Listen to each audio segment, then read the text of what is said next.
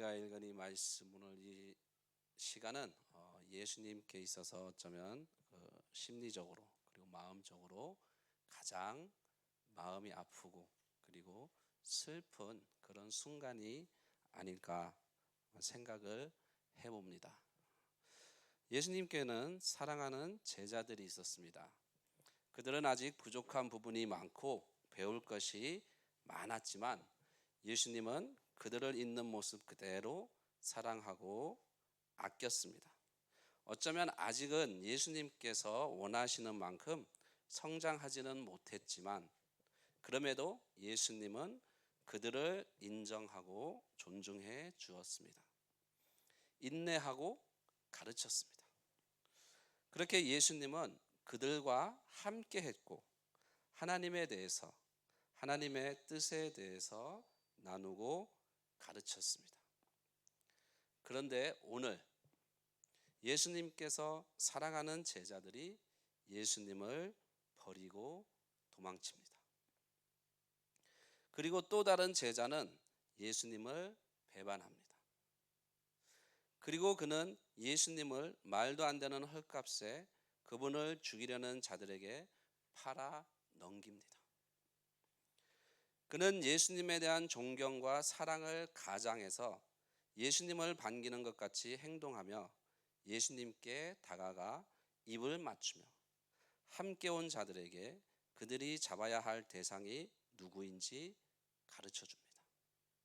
그리고 그들은 아무 죄 없고 화평이신 예수님을 강도같이 대하며 어두움을 틈타 다른 유대인들의 눈을 피해 도둑같이 와서 예수님을 잡습니다. 그렇게 예수님은 함께하며 사랑했던 그들에게 외면받고 무시당합니다. 그렇게 예수님은 혼자가 되셨습니다.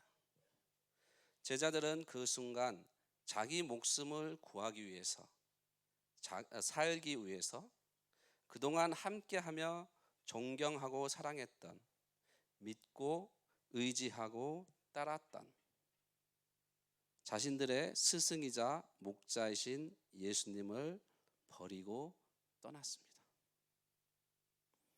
자기의 만족과 욕심을 위해서 예수님을 배신했습니다. 어쩌면 예수님께는 지금 누군가가 가장 필요했던 이 순간 아무도 그의 곁에서 예수님과 함께하지 않았습니다.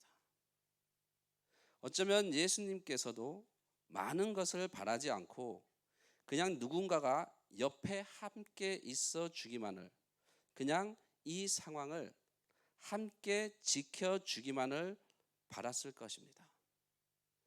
나는 혼자가 아니다. 나의 곁에는 이런 순간에도 함께하는 사람이 있다. 라는 것을 바랐을 겁니다.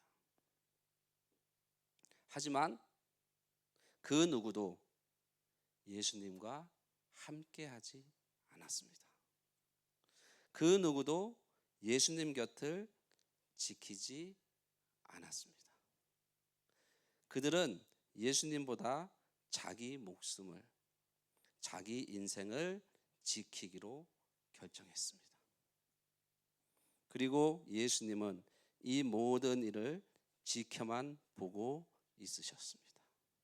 예수님은 이 모든 일을 받아들이셨습니다. 이 모든 일은 하나님의 계획이고 예수님께서도 이미 다 알고 계셨고 또 혼자서 감당하셔야 할 일이었기 때문입니다. 하지만 이 모든 일이 하나님의 계획이고 예수님께서도 이미 다 알고 계셨던 일이라고 할지라도 지금 이 순간 예수님의 마음은 어떨까요? 만약에 여러분이 지금 이런 상황에 처해 있다면 여러분의 마음은 어떠실까요? 분하고 억울할 수도 있고 답답하고 화가 날 수도 있고 슬프고 마음이 아프고 상처를 받을 수도 있겠죠. 하지만 예수님은 이 모든 일을 담담하게 받아들이셨습니다. 예수님은 하나님께서 자신에게 어떤 일을 맡기셔도 그 일을 하셨고 죽기까지 순종하셨습니다. 자기 마음에 들지 않는다고, 하기 싫다고, 두렵다고 거절하거나 도망가지 않았습니다. 아버지의 뜻이기에, 아버지의 계획이기에, 아버지의 일이기에 예수님은 아버지를 믿고 신뢰하고 순종했습니다.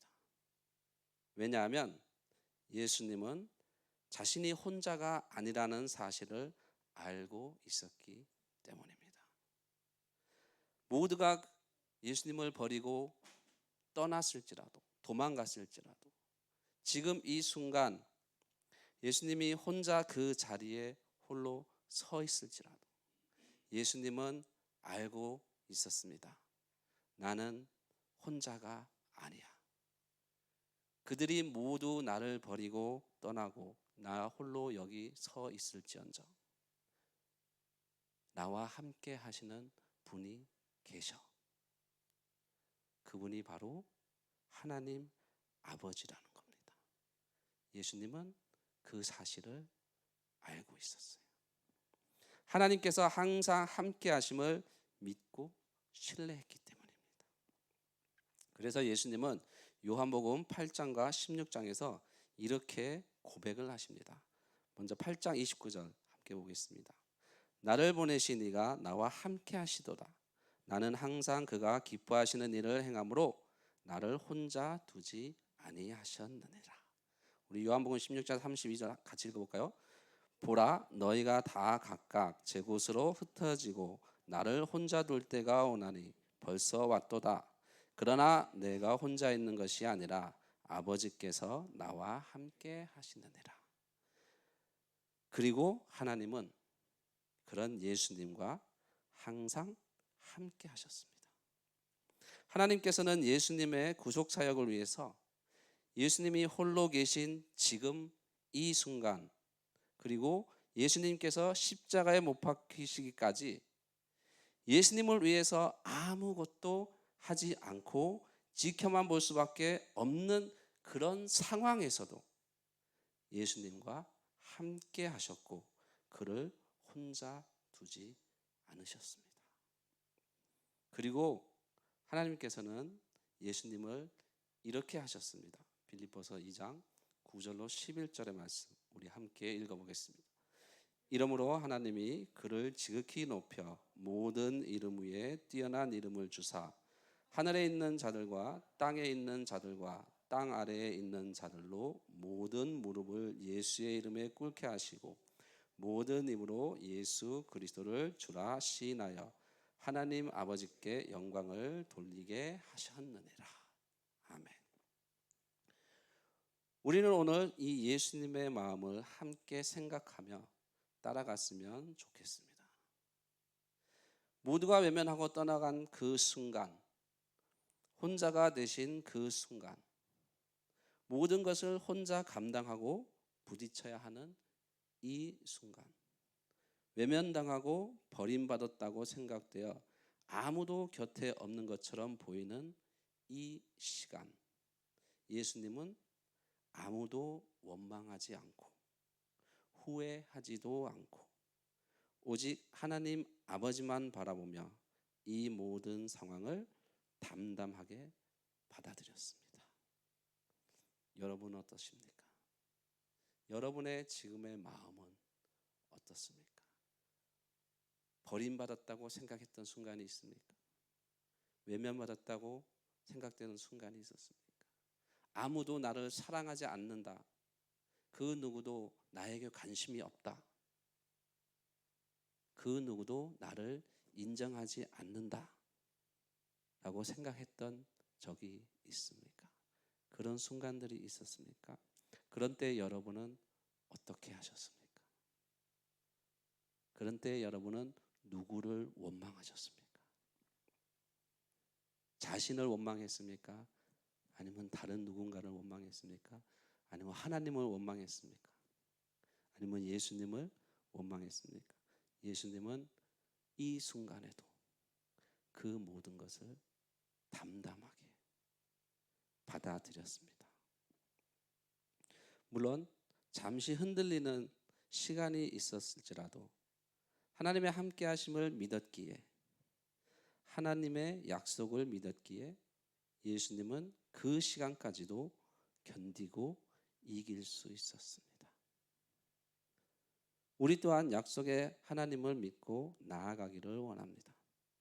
우리를 위해 이 모든 고난과 수모를 견디신 예수 그리스도의 사랑을 바라보며 나아가기를 원합니다. 그렇게 우리 모두 어떤 상황에도 어떤 순간에도 한 영혼을 향한 하나님의 사랑과 함께 하심을 믿으며 주님만을 바라보며 예수 그리스도의 길을 함께 걸어갑시다. 아멘. 찬양하겠습니다.